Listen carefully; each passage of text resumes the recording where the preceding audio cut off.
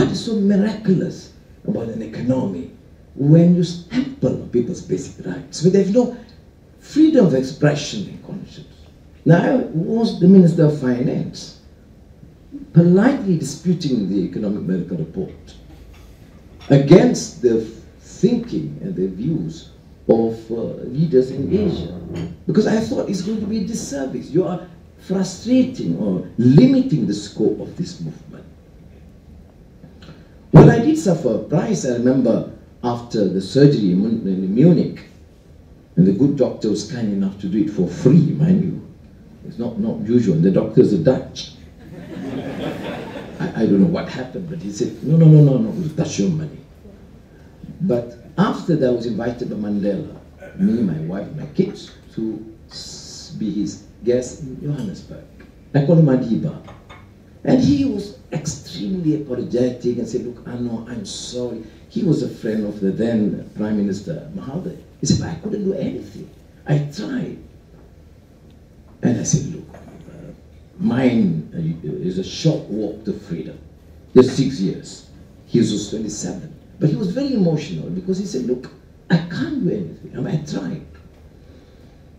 But still, the short walk to freedom, because it's 6 years, wasn't easy. But I still emphasize the earlier point, that this whole notion about Asian values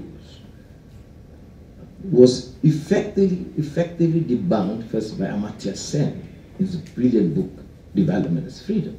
But now has resurfaced because of the so-called Chinese model. They know what to do.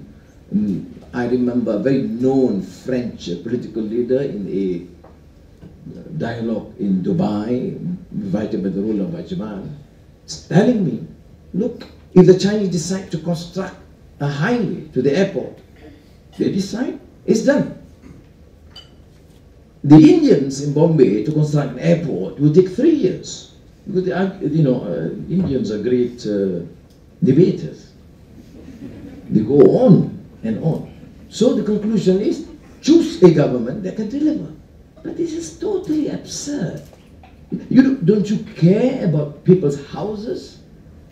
They have stayed there for 50, 60, hundreds of years. Do you talk about compensation? Do you talk about environmental impact? Why do you treat people like that?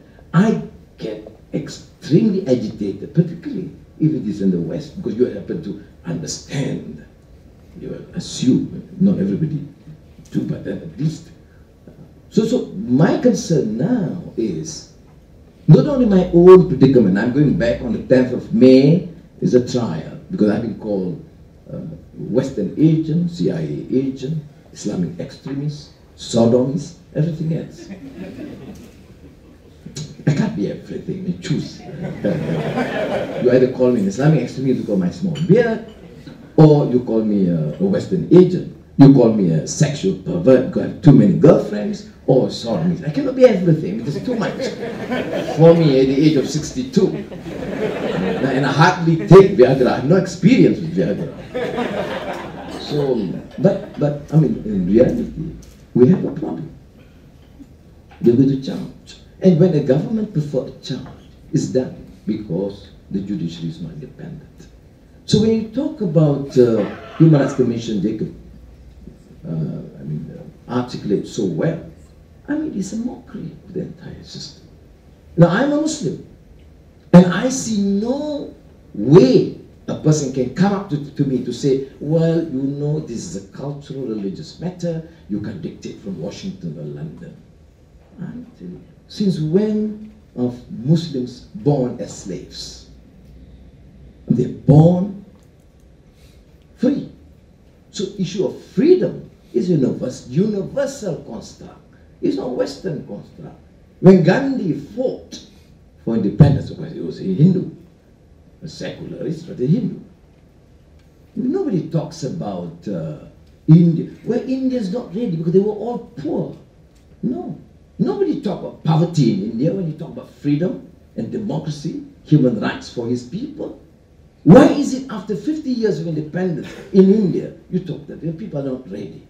I was in Egypt for the Liberal International Conference, and they tell us, look, the Egyptians have been ruled by Pharaoh for a long time. So they use that culture of authority. But I see, the president has been there for 40 years. And they've been independent for a long time. If after half a century, the people are not ready, then change the president. And make sure that you create this awareness that people make ready. You don't decide, of course, I don't expect Civita to tell we want the president change. But give the opportunity. Alert the public. Put them on the defensive. I know, I was in the government. You don't ever believe that the strong authoritarian leaders and dictators just dismiss. We don't care. Freedom for all, you can take your final resolutions away. Nobody cares about you. It's not true. Because they do have this, react to this. They may not be seen to be involved or responding fast, but it does give an impact.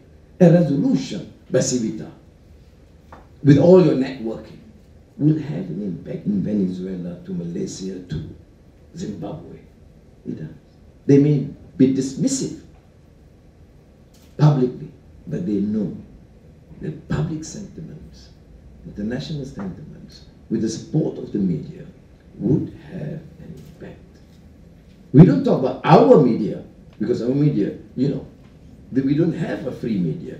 So all the media, television, radio, I get to be interviewed by CNN, BBC, Al Jazeera, but never, not 1 minute as leader of opposition in Malaysia, not 1 minute in our entire radio, television, newspaper network.